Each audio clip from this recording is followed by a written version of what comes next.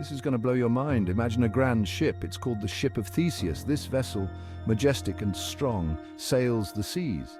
But time takes its toll. Planks rot, sails fray. Each part gets replaced. One by one, over time, every piece is new. Is it still the Ship of Theseus? This is the heart of the Ship of Theseus paradox. It's a thought experiment. It questions what makes something itself as it changes over time. The ship raises big questions about identity, what makes an object, or even a person, the same over time, even as its parts change. This paradox isn't about a real ship. It's about how we understand the world. It makes us think about the nature of identity. It challenges our assumptions about how things stay the same, even as they change. If you enjoy thought-provoking content like this, make sure to like and subscribe to our channel. The Ship of Theseus story comes from ancient Greece. Plutarch, a famous writer, told the story. He wrote about it in his book Life of Theseus. Theseus, a legendary hero, was said to have sailed this very ship. Plutarch's story sparked debate. Philosophers argued about the ship's true identity. Was it the same ship, even with new parts? The question resonated across centuries. Today, it's still a key philosophical puzzle. The Ship of Theseus isn't just an ancient riddle. It matters now more than ever. We live in a world of constant change and innovation. Technology evolves rapidly. Our understanding of the universe expands. The Ship of Theseus helps us grapple with these changes. One view on the Ship of Theseus is called materialism. Materialists say an object's identity lies in its physical parts. If you change all the parts, you change the object. It's like building a new ship with old parts. The form is the same, but the matter is different. Think of a car. You can replace its tires, engine, even its body. Eventually, every part is new. For materialists, this is no longer the same car. It's a collection of new parts assembled in the old form. The materialist view is straightforward, it's easy to understand, but it has its critics. They argue that this view misses something important. What about the object's history, its purpose, its meaning? These things can't be reduced to just physical parts. Section 4. The essence of things. Another view is called formalism. Formalists say an object's identity lies in its form or structure, not its parts.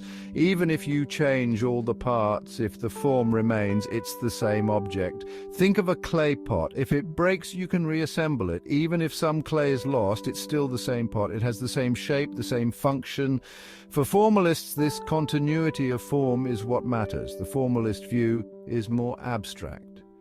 It focuses on the essence of something rather than its physical makeup. It recognizes that some things are more than the sum of their parts. This view is appealing, but it also raises questions. What exactly defines an object's form? How much change can it undergo before it loses its identity? Section 5. Are we still ourselves? The Ship of Theseus isn't just about ships or pots. It's about us. Our bodies are constantly changing. Cells die and are replaced. Over time, we have a completely new set of cells. Are we still the same person? This question gets even more complex with medical advancements. Organ transplants, prosthetics, and gene editing are changing what it means to be human.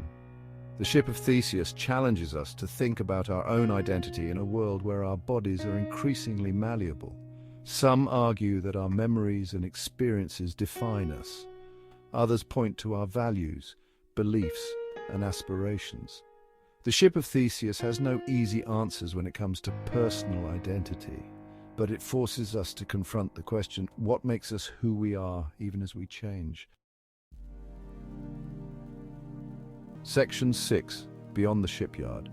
The Ship of Theseus has implications far beyond ships and ourselves. Think about artifacts in a museum. Over time, they decay and need restoration. How much can be restored before it's no longer the original artifact? Businesses change too. They adapt to new markets, adopt new technologies, and even change their names. At what point does a business become something different, even if it retains its original purpose? Societies are always in flux. Population shift, values evolve, and new generations emerge. How do we maintain a sense of collective identity amidst such constant change? The Ship of Theseus, though simple in its premise, offers a powerful lens through which to view these complex questions. It reminds us that identity is not fixed or absolute. It is fluid, dynamic, and always evolving. The Ship of Theseus challenges us to embrace this complexity and to keep asking these fundamental questions about what makes us who we are. If you enjoyed this exploration, don't forget to like and subscribe to our channel for more thought-provoking content.